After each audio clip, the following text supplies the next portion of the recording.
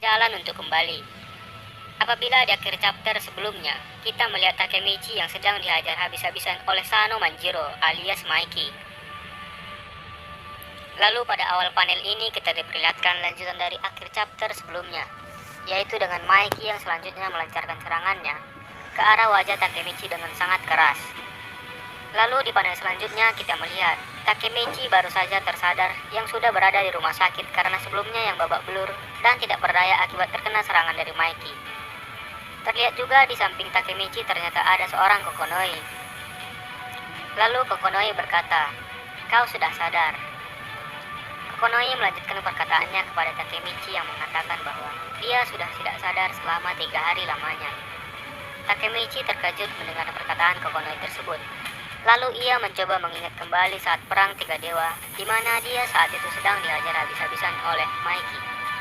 Setelah itu Takemichi pun bertanya kepada Kokonoi, jadi kenapa dia masih hidup sekarang? Kokonoi mengatakan bahwa dia diselamatkan karena Kawaragi Senju. Lalu di panel selanjutnya kita diperlihatkan seorang Kawaragi Senju yang sedang memohon kepada Mikey untuk menyudahi itu semua, karena itu semua sudah cukup parah. Lalu Kokonoi melanjutkan perkataannya, bahwa itu benar saat itu Senju tidak bertarung melawan Mikey. Jadi Senju menghentikan Mikey dengan cara berlutut sambil memohon di hadapannya untuk mengakhiri konflik ini dengan cara ia akan membubarkan Brahman itu sendiri.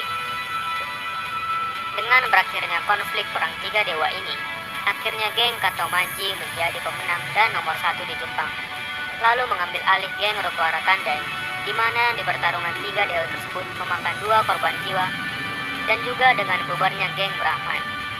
Setelah percakapan Kokonoi itu berakhir, dia pun pamit untuk pergi dari tempat Takemichi dan berpesan kepada Takemichi untuk memahami apa yang harus dipikirkan setelah kejadian perang 3 dewa itu.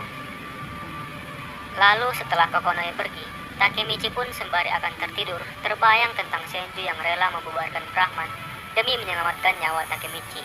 Di samping itu Takemichi mengingat bahwa sekarang Mikey memang benar-benar ingin membunuh dirinya dan tidak akan segan-segan jika dia menghalanginya. Di momen inilah Takemichi akhirnya baru tersadar jika Mikey memang benar-benar sudah berubah dan tidak seperti yang dulu lagi. Lalu di panel selanjutnya, setelah Takemichi sudah bangun lagi, ternyata Matsuno Chifuyu sudah berada di sampingnya dengan wajah sedih. Lalu berkata bahwa dia sudah pergi ke pemakaman Raken. Chifuyu mengatakan bahwa dia masih belum terima dengan semua kejadian tersebut. Dengan tatapan kosong, Chifuyu merenung dan mengatakan ke Takemichi, "Ada apa denganmu? Bukankah kamu sudah berjumpa dengan Raken di masa depan? Jadi mengapa sekarang dia mati?" Setelah itu dengan wajah yang penuh sedih sambil menangis, Chifuyu mengatakan bahwa, "Mengapa kau kembali ke masa lalu, ketika semua hal di masa depan sudah bagus dan baik-baik saja?" Lalu dengan rasa kesal dan sedih, Chifuyu dengan keras mengatakan bahwa ini semua salah Takemichi sendiri. Raken seharusnya saat ingin melanjutkan kata-kata Chifuyu, dia pun terdiam dan meminta maaf ke Takemichi karena mungkin saking sedihnya dan kesalnya, dia sampai keceplosan mengatakan hal tersebut di hadapan Takemichi. Lalu di panel ini terlihat wajah Takemichi dengan tenang mengatakan, "Tenang saja Chifuyu, itu memang kesalahanku sendiri." Chifuyu pun terkejut mendengar Takemichi mengatakan hal tersebut. Lalu Takemichi mengatakan, "Ya, itu semua adalah kesalahanku. Jadi bisakah kau tinggalkan aku sendirian? Tolong." Lalu Chifuyu membalas, "Baiklah, kau akan sembuh nantinya. Jadi aku bisa memukulimu dengan sepenuh hatiku." Lalu Takemichi hanya diam saja dan tidak membalas perkataannya tersebut. Setelah itu Chifuyu pun keluar, lalu bertemu dengan Hina saat ingin memasuki ruangan Takemichi. Di situ Hina berkata kepada Chifuyu bahwa apakah dia sudah akan pulang, karena Hina baru saja mengganti bunga itu. Lalu Chifuyu mengatakan kepada Hina bahwa itu semua akan baik-baik saja Hina.